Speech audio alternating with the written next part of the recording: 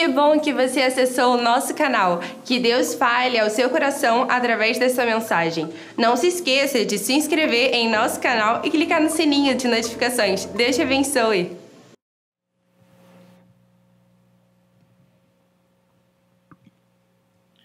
Boa noite, irmãos.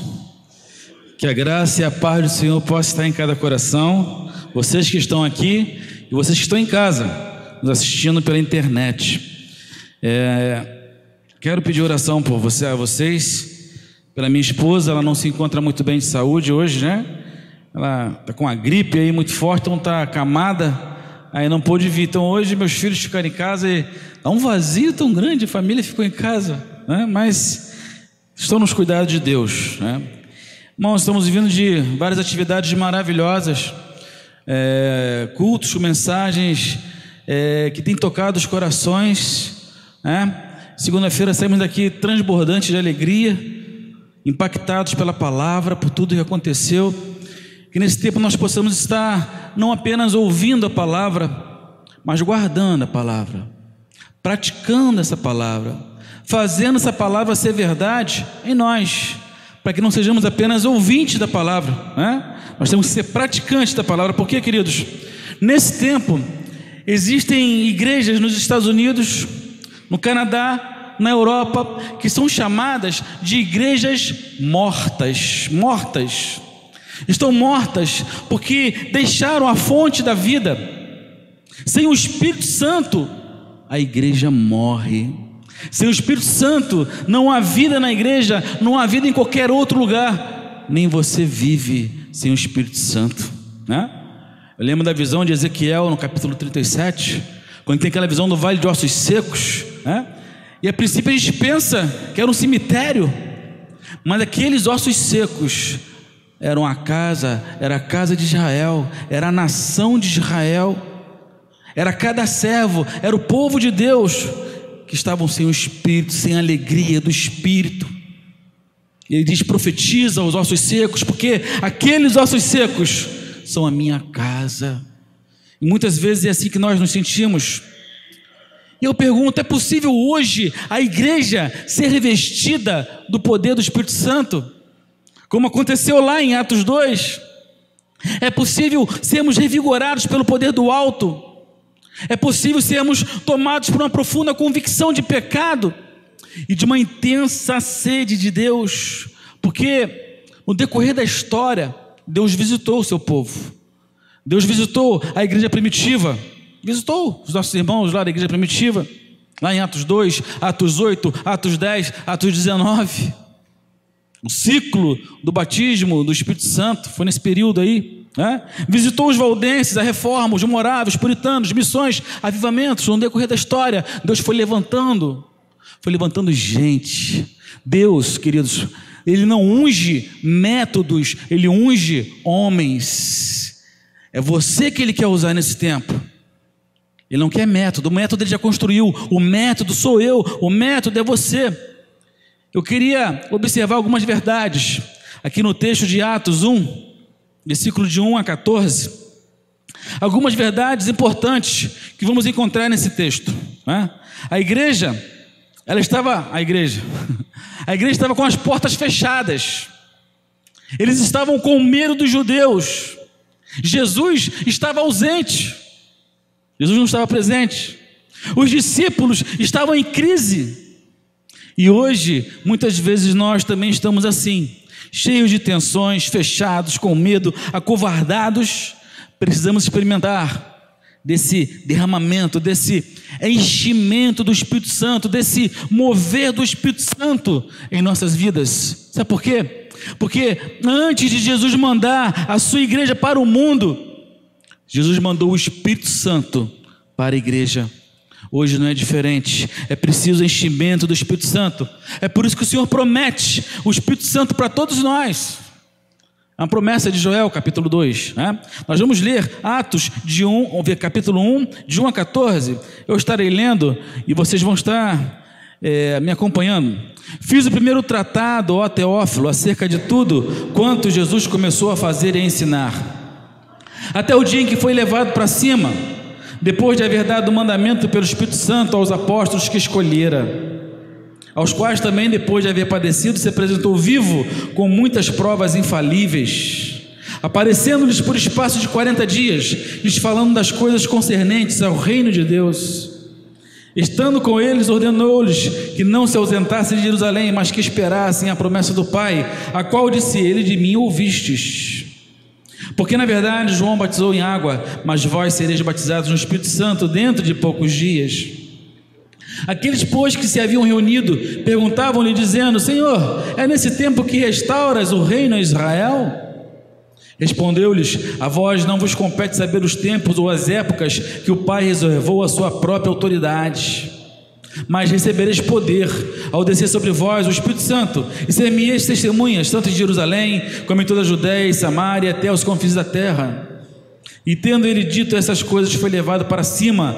Enquanto eles olhavam, em uma nuvem o recebeu, ocultando aos seus olhos. Estando eles com os olhos fitos no céu, enquanto ele subia, eis que junto deles apareceram 2 varões vestidos de branco, os quais lhe disseram: varões galileus, por que ficais aí olhando para o céu? Esse Jesus que dentre vós foi levado para o céu, há de vir assim como para o céu o vistes ir.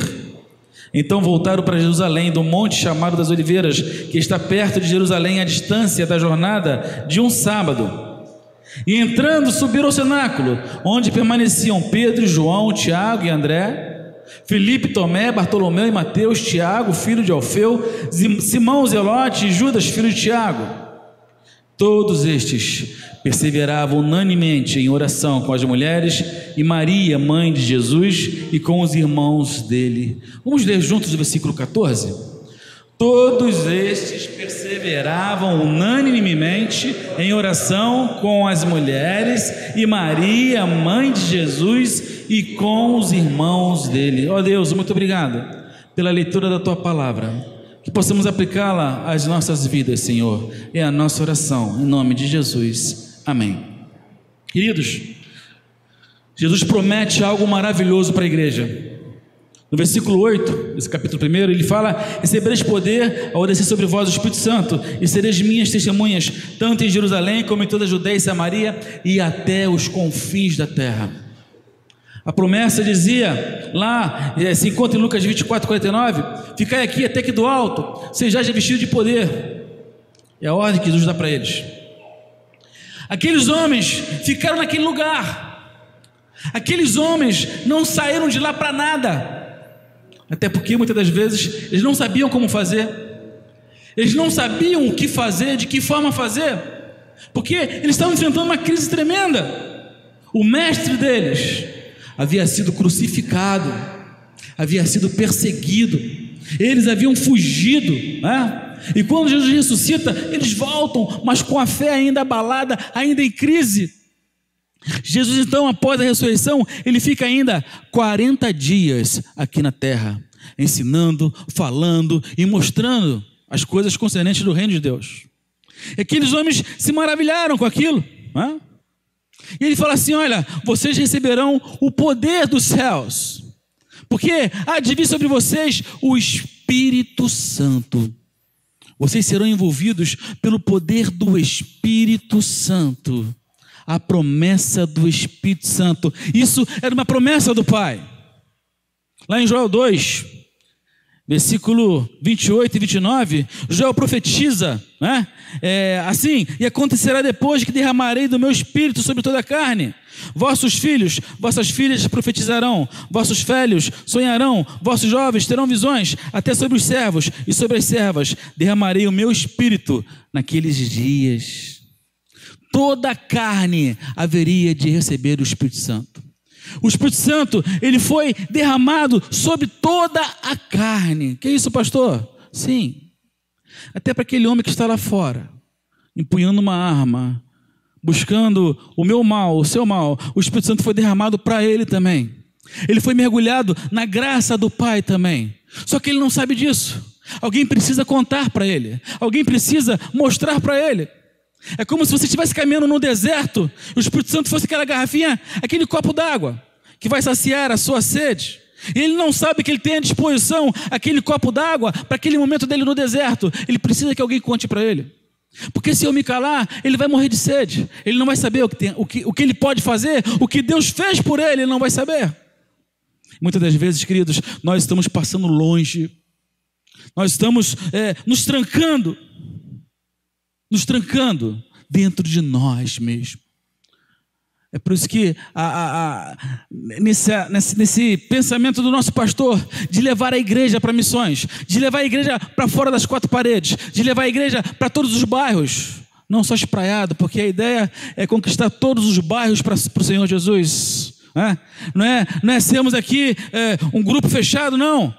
É abençoar a nossa Maricá por completo, irmãos. É cada um de nós sendo bênção na vida dos outros. Você pensa que isso é difícil? Para Deus não há nada impossível. É difícil aos nossos olhos, chega quase que ser impossível, né? Mas para Deus não há impossível, porque quando você busca em Deus, queridos, o impossível acontece se for para a glória dEle. Porque o que nós estamos fazendo, o que a igreja está fazendo, não é para a glória do pastor Cândido, não é para a glória do pastor Mário, é para a glória de Jesus Cristo, é para que Ele seja glorificado aqui. Então seja participante dessa obra, porque o Espírito Santo foi derramado sobre a sua vida também. Quando Joel fala sobre toda a carne, nós vamos ver aqui no livro de Atos, em 4 momentos, a descida do Espírito Santo sobre toda a carne. O primeiro momento foi em Atos 2, Atos 2, versículo 4. Atos 2, 4. O texto fala assim, o versículo primeiro fala assim: e cumprindo-se o dia de Pentecostes. Pentecostes é uma palavra grega que significa 50 dias. Jesus ficou na terra 40 dias. 10 dias nós passamos sem Jesus e sem o Espírito Santo aqui na terra. Aqueles discípulos, aqueles apóstolos não saíram naquele cenáculo. Eles não fizeram nada. Eles esperaram, eles aguardaram a promessa do Pai. Então quando fala assim, e cumprindo-se os 50 dias após a Páscoa, estavam todos no mesmo lugar. E de repente veio do céu um som como de um vento veemente e impetuoso e encheu toda a casa. No versículo 4, o que diz lá? Vamos ler aqui. Atos 2, 4. E todas as pessoas ali reunidas ficaram cheias do Espírito Santo e começaram a falar em outras línguas, de acordo com o poder que o próprio Espírito lhes concedia que falassem. Eles foram capacitados, sabe para quê? Para pregar a palavra, irmãos. Eles falaram em outros idiomas, em outros dialetos, em outras línguas. Aí você vai ver que isso vai acontecer em 4 momentos aqui no livro de Atos. Fechando o ciclo da descida do Espírito Santo sobre toda a carne. Esse foi o primeiro momento. Porque a promessa dizia que eles seriam testemunhas onde? Primeiramente em Jerusalém. Depois em Samaria. Lá em Atos capítulo 8, versículo 17 e 18, os apóstolos ficam sabendo que os samaritanos estão recebendo Jesus. Filipe, por causa da perseguição, prega o evangelho, e os samaritanos recebem Jesus com alegria, e eles enviam Pedro e João para lá para ver se isso era verdade. E Pedro e João vão para lá, e quando chegam lá, eles oram para que o Espírito Santo venha sobre eles. Enquanto eles estavam orando, versículo 17 e 18 do capítulo 8 de Atos, sendo assim, à medida em que Pedro e João lhes impunham as mãos, recebiam estes o Espírito Santo. Observando Simão que o Espírito era concedido por meio da imposição das mãos dos apóstolos, ofereceu-lhes dinheiro. Por que eu li esse texto?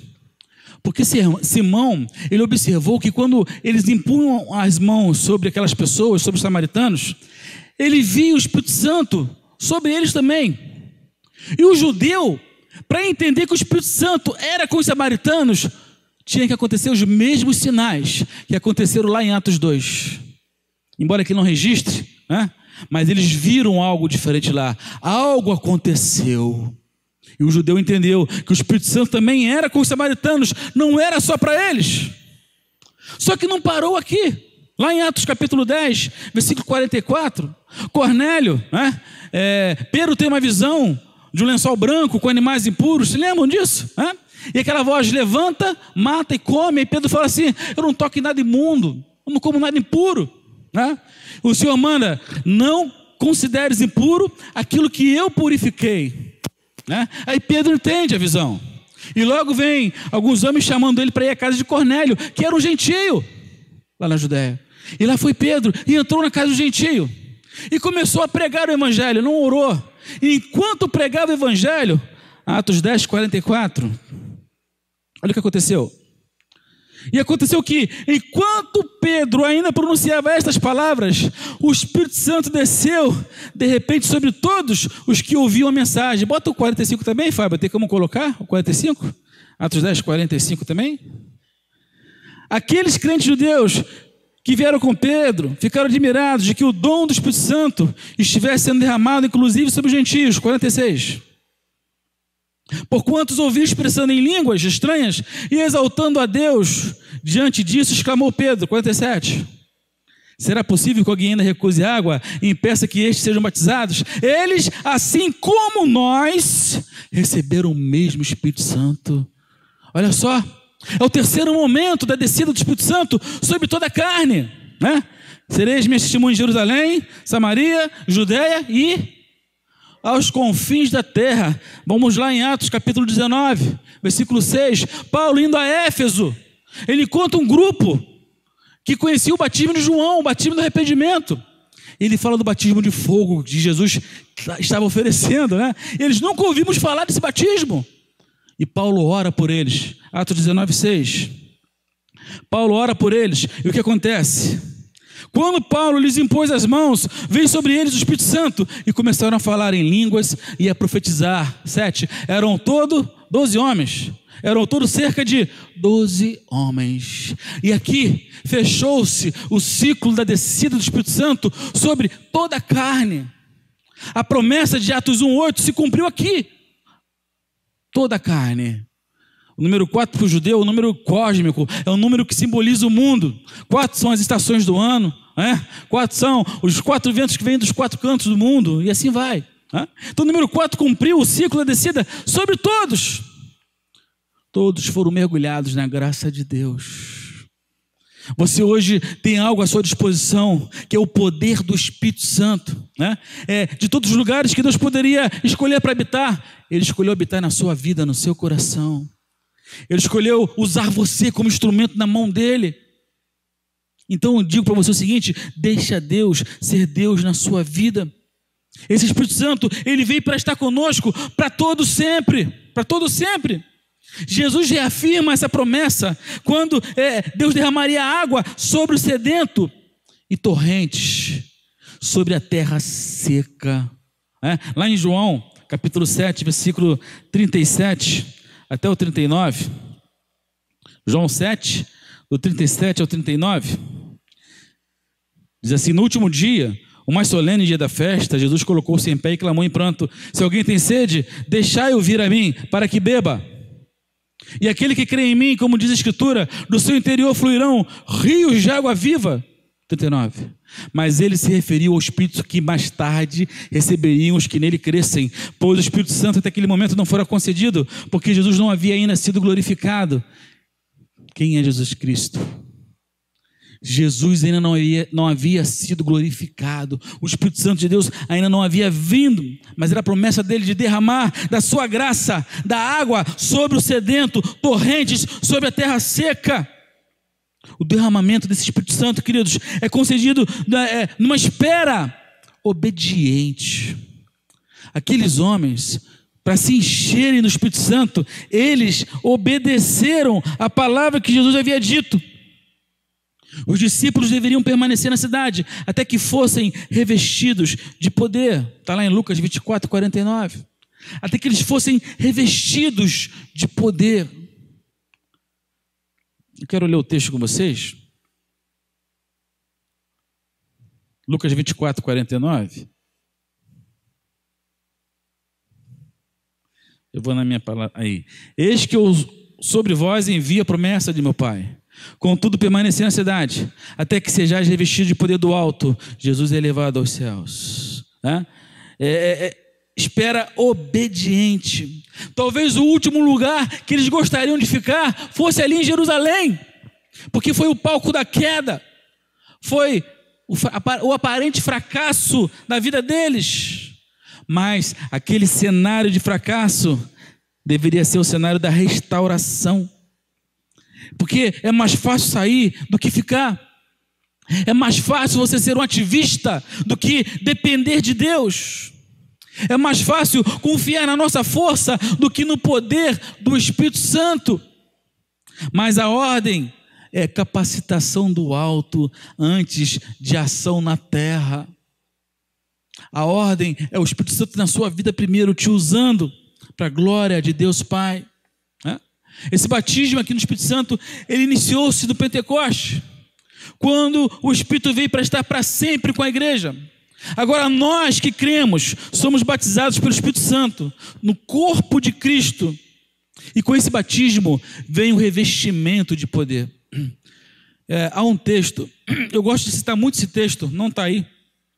Efésios 1,13, que fala que é também nele que vós estáis, depois que ouvistes a palavra do Evangelho, né? Esqueci agora o texto, olha só. É também nele que vós estáis, depois que ouvistes a palavra da verdade, o Evangelho da salvação, tendo nele crido, foste selado com o Espírito Santo da promessa. A promessa do Pai na sua vida é quando você crê, é quando você recebe, você é automaticamente batizado no Espírito Santo, você recebe o enchimento do Espírito Santo. Agora a questão, sabe qual que é? É como o maná, é diariamente, é você buscar se encher do Espírito Santo. Isso tem que ser uma rotina, assim como o maná no deserto. Eles tinham que pegar a sua porção diária, aprender a depender de Deus diariamente. Da mesma forma, para você estar cheio do Espírito Santo, isso é todo dia. É todo dia, é comunhão com Deus, é leitura da palavra, é vida de oração, é vida buscando a Deus de intercessão, é vida de consagração. Nós não temos um Deus fast food, que você chega, pede o que você quer e vai embora rápido. Não, não é isso.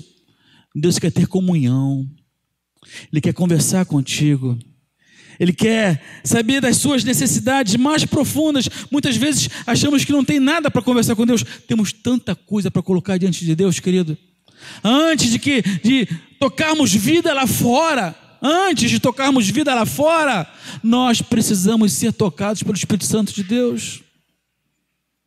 Antes de tocarmos a nossa esposa, o nosso esposo, o nosso filho, o nosso pai, a nossa mãe, nós temos necessidade de sermos tocados pelo Espírito Santo de Deus.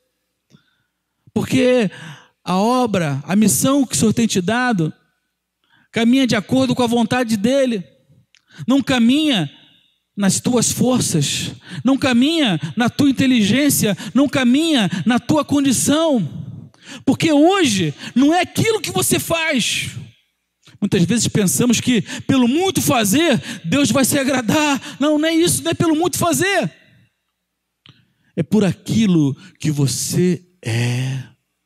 Não é o que você faz, é o que você é quem você é diante de Deus, é quem você é diante da sua família, na sua casa, é quem você é no seu trabalho. Você é servo de Deus e nada pode mudar isso, querido. Então nós recebemos poder, uma vida revestida de poder. O Evangelho é o poder de Deus para todo aquele que crê. O reino de Deus consiste não de palavras, mas de poder.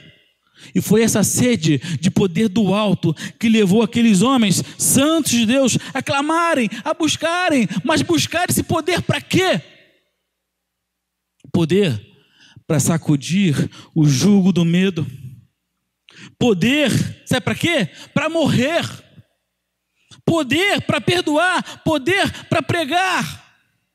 Poder para ter ousadia, para sair nas ruas. Mediante toda aquela crise, mediante toda aquela perseguição. Interessante que eles ficaram em oração naquele cenáculo, naquele lugar, né? O versículo 14 do capítulo 1 de Atos fala que eles perseveraram. Todos estes perseveravam unânimes em oração, juntamente com as mulheres, com Maria, mãe de Jesus, e com os irmãos dela. Havia unidade em oração. Todos estavam ali. Todos. Quando Jesus fez a promessa do derramamento do Espírito Santo, a igreja não duvidou. não colocou um segundo plano, né? Não deixou para depois. Todos os 120 discípulos buscaram um lugar de oração. Eles tinham uma só alma, um só propósito: buscar o poder do alto. A igreja estava em oração, estava unida em oração. A nossa igreja está experimentando viver em unidade, né? Temos muita coisa ainda para aprender, na verdade, para crescer. Unidade no meio, nas redes sociais é tão difícil, né? Porque na rede social, às vezes o irmão tecla uma palavra lá, uma frase, às vezes mal, e alguém interpreta mal e já gera uma situação. Cuidado com aquilo que você coloca na rede social. Fale, digite aquilo que vai vir do seu coração, que seja para edificação, para transformação de vidas, né? Havia perseverança na oração. Diz que todos perseveraram. Hoje nós temos ânimo para começar a ter uma reunião de oração, mas não temos fibra muitas vezes para continuá-la. É muito fácil ter entusiasmo quando as circunstâncias são favoráveis, mas Deus busca em nós persistência. Tem uma palavrinha muito bonita: resiliência. Eu fico pensando em Elias. Ele orou 7 vezes. 7 vezes. A chuva desceu. Sabe por quê, queridos? Porque Elias subiu. Foi só por causa disso que a chuva desceu. Ele não desistiu enquanto não viu o sinal da chuva de Deus descendo sobre a terra seca. Nós precisamos ser despertados para a oração. Hoje era um dia que toda a igreja tinha que estar aqui buscando o Pai em oração. Toda a igreja, toda, né? Os discípulos, eles oraram 10 dias. Poderiam ter orado 1 mês, 1 ano. Eles deveriam ficar em Jerusalém até que o Senhor fizesse alguma coisa. Uma outra coisa também, dessa oração no Espírito, havia concordância na oração. Todos perseveravam unânimes em oração, porque era um só coração, uma só alma, um só clamor, uma só direção. A igreja estava unida pela mesma causa. Havia concordância entre os discípulos, né? Hoje, muitas vezes há muito ajuntamento, mas pouca comunhão verdadeira, comunhão profunda. Hoje há orações, mas pouca concordância. Hoje há muita coreografia, mas pouco quebrantamento. Muito movimento, mas pouca adoração. Às vezes, muita agitação e pouco louvor. Muita verborragia e pouca unção. Jesus disse que se 2 concordarem na terra sobre qualquer coisa, isso lhes será concedido. Que possamos buscar a vida de oração, que possamos buscar a vida de comunhão profunda e verdadeira. E aí o que acontece? Enquanto que eles buscavam a Deus em oração, naquele lugar, durante 10 dias, o Senhor preparou o seu mover e escolheu aquela festa principal, a festa de Pentecostes, para que o Espírito Santo viesse primeiramente sobre os filhos da promessa. E aí ele derramou do seu Espírito. O Pentecostes não foi algo fabricado, foi algo que veio do céu, foi algo incontestável, foi algo que aconteceu, foi algo irresistível, foi soberano. Ninguém pode produzir aquilo, porque foi definitivo. Ele veio para sempre ficar com a igreja. E aí você vai ver o texto, fala assim: ouviu-se um som como de um vento. Um som. Não foi barulho, não foi algazarra, não foi histeria, não foi gritaria, foi um som do céu. O Pentecostes, ele foi audível, e esse impacto atraiu uma grande multidão para ouvir a palavra. O derramamento do Espírito veio como um vento, não é isso que diz o texto? Um som como de um vento impetuoso. Não era um vento, irmãos. Era um som como de um vento. Vento é símbolo do Espírito Santo. O vento, ele é livre, ele sopra onde ele quer. Ele é soberano, ele sopra irresistivelmente, ele é misterioso, ninguém sabe de onde vem e para onde vai. Assim é todo aquele que é guiado pelo Espírito Santo de Deus. Assim é todo aquele. O derramamento do Espírito Santo veio também em línguas como que de fogo. E o fogo também é símbolo do Espírito Santo. O fogo ilumina, purifica, aquece, o fogo alastra. E o derramamento do Espírito Santo produziu um fenômeno das línguas. E eu digo que Pentecoste foi o oposto de Babel. Lá em Babel houve o quê? A confusão das línguas. Em Babel foi confusão das línguas. Houve separação. Houve estranhamento. Houve divisão. Mas aqui em Pentecostes, onde existia divisão e estranhamento, nasceu unidade, nasceu compreensão, porque foi algo produzido por Deus para unir, embora as línguas fossem diferentes. Havia pelo menos naquela festa 13 línguas diferentes: partos, medos, elamitas, os que habitam na Mesopotâmia, sireneus, cretenses, árabes. Todos ouviam falar das grandezas de Deus na sua própria língua nativa. Era isso que acontecia ali. Então o Espírito Santo capacitou aqueles homens para falarem da grandeza de Deus, não do dom que receberam, da grandeza de Deus. Esse derramamento traz uma experiência pessoal de enchimento do Espírito Santo. Aqueles homens provaram o que é ter o Espírito Santo não apenas como residente na vida deles, porque você tem o Espírito Santo como residente, ele mora em você, mas você precisa tê-lo também como presidente. Residente, ele só vai morar em você. Como presidente, ele vai dominar você, ele vai usar você, ele será Senhor. Porque o Espírito Santo é Deus habitando em nós. Nós precisamos buscar a plenitude do Espírito para podermos pregar com autoridade. Eu queria compartilhar um vídeo com vocês. Esse vídeo, todo mundo conhece isso aí. Eu já até falei dessa ilustração aqui, mas hoje eu consegui trazer um vídeo, Damn. Essa música eu não sei não, essa música eu não conheço não. O que vocês estão vendo ali? Milho de pipoca estourando, Deu até vontade de comer pipoca, Mas pensa naquele milho como sendo você. Aquele milho, ele está mergulhado no óleo. É como se o óleo viesse do alto dos céus, Deus derramou o óleo do Espírito sobre a sua vida. E quando você quer mudar de vida, quando você é envolvido pelo óleo, quando você é aquecido pelo fogo de Deus, você nunca mais quer ser milho. Você se reveste de uma roupa branca de santidade.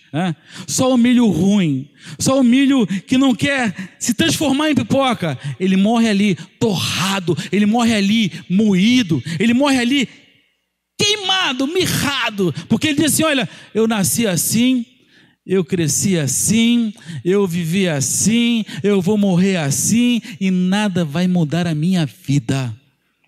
Quando você deixa Deus ser Deus na sua vida, você prova da verdadeira santidade que só Ele pode te dar.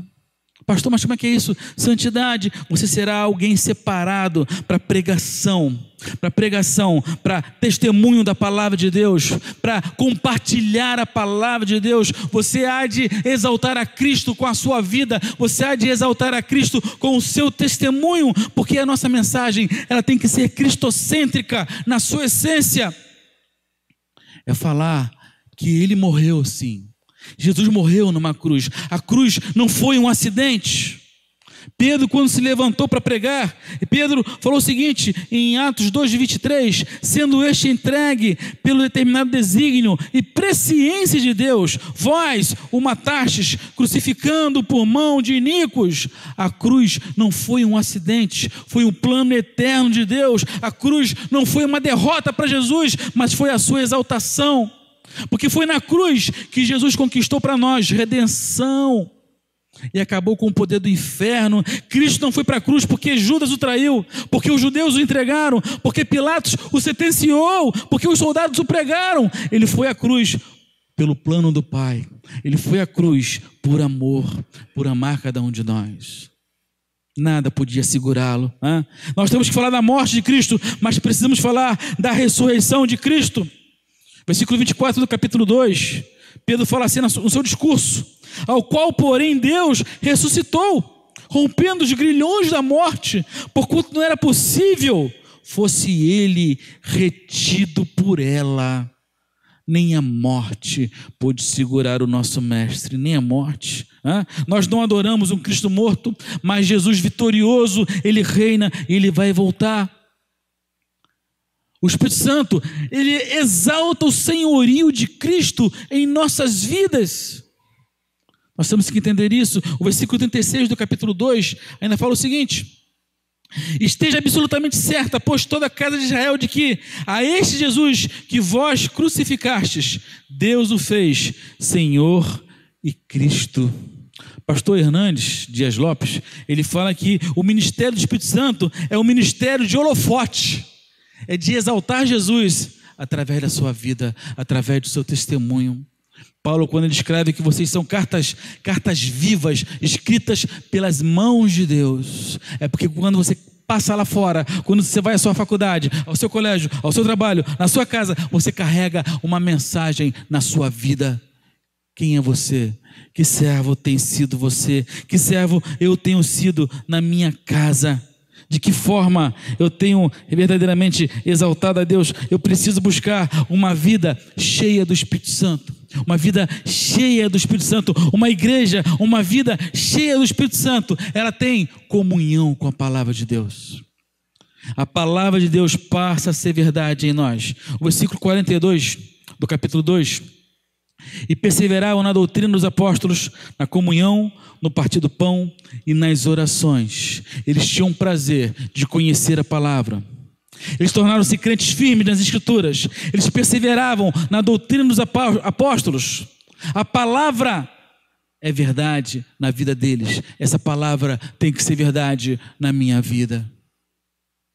Essa palavra tem que ser verdade na minha vida. Uma igreja cheia do Espírito, ela tem prazer na vida de oração. Ela ora com fervor, ela ora com constância. Eu sei que tem umas irmãs aqui que tem o ministério da oração. Às vezes eu passo, eu vejo lá um grupo lá em cima, às vezes são 2, às vezes são 5, às vezes tem mais gente. Mas é interessante que o ministério da oração sempre foi um remanescente pequeno que buscou o Senhor. Quando o Senhor desceu para livrar Israel, havia um remanescente que mesmo no cativeiro buscava a Deus em oração, que pelejava em oração.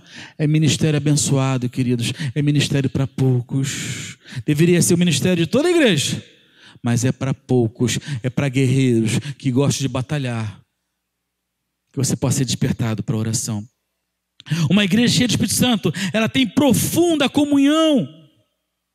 Uma igreja cheia de Espírito Santo é uma igreja cheia, onde os irmãos se amam profundamente. Eles gostam de estar juntos, partilham seus bens. Eles gostam de estar na igreja, também nos lares. Um só coração, uma só alma. Uma igreja cheia do Espírito Santo, ela adora a Deus com alegria. O versículo 43 do capítulo 2 diz assim: em cada alma havia temor, muitos prodígios e sinais eram feitos por intermédio dos apóstolos. Uma igreja cheia do Espírito Santo, ela contempla os milagres de Deus, é formada por um povo cheio de reverência, ela tem compreensão da santidade de Deus, ela se curva diante da majestade de Deus, ela tem uma agenda aberta para as soberanas intervenções de Deus, ela crê nos milagres de Deus. Eu já vi gente sendo curada de AIDS, irmãos. Eu já vi gente sendo curada de AIDS logo assim que começou. Eu já vi gente sendo curada de câncer. Sabe por quê? O Deus de ontem é o mesmo hoje e será eternamente. Ele continua reinando. O problema são os homens que muitas das vezes não têm a fé devida, não creem da forma devida, não estão dispostos a pagar o preço na sua fé. Uma igreja cheia do Espírito Santo é uma igreja para se sentir bem. Vou falar de novo.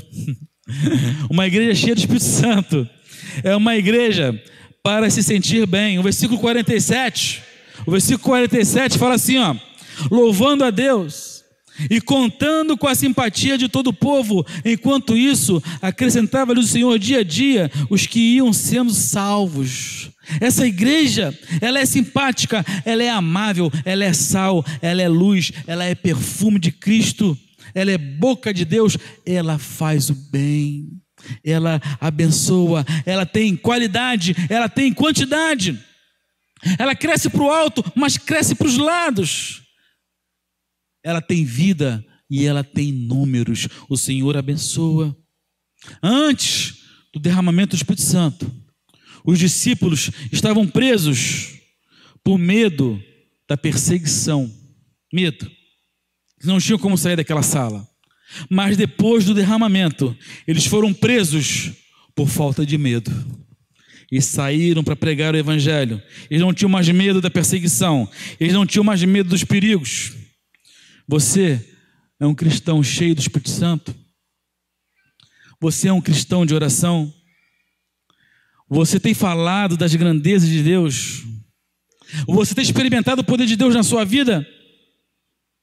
Você tem se apegado à palavra de Deus, tendo feito ela ser verdade na sua vida? Hoje, você pode transbordar como Jesus prometeu. Quem crê em mim, como diz as Escrituras, do seu interior fluirão rios de água viva. Você quer ter uma vida que gera vida? Então eu digo para você, querido, deixa Deus ser Deus na sua vida. Dê a Ele o lugar devido na sua vida. Não dê a Ele o segundo, terceiro, último lugar. Nós aprendemos em Mateus 6,33, mas buscai primeiro o reino de Deus e todas as demais coisas vos serão acrescentadas. O reino de Deus é a justiça, todas as demais coisas vos serão acrescentadas. Em primeiro lugar, o reino de Deus. Coloque Deus em primeiro, na sua lista ali de prioridades. Busque a Deus. Coloque a sua vida, a sua casa, a sua família, o seu trabalho, os seus sonhos, as suas crises diante de Deus. Recolha o seu maná diário na comunhão com Deus. Ele há de fazer maravilhas através de você. Até aquilo que aparentemente é mal, até aquilo que aparentemente aos nossos olhos vai roubar a nossa paz, a nossa fé, Deus sabe todas as coisas. Ele transforma aquilo em bem para nós. Que você possa confiar no amor de Deus Pai. Eu queria fazer uma oração com você.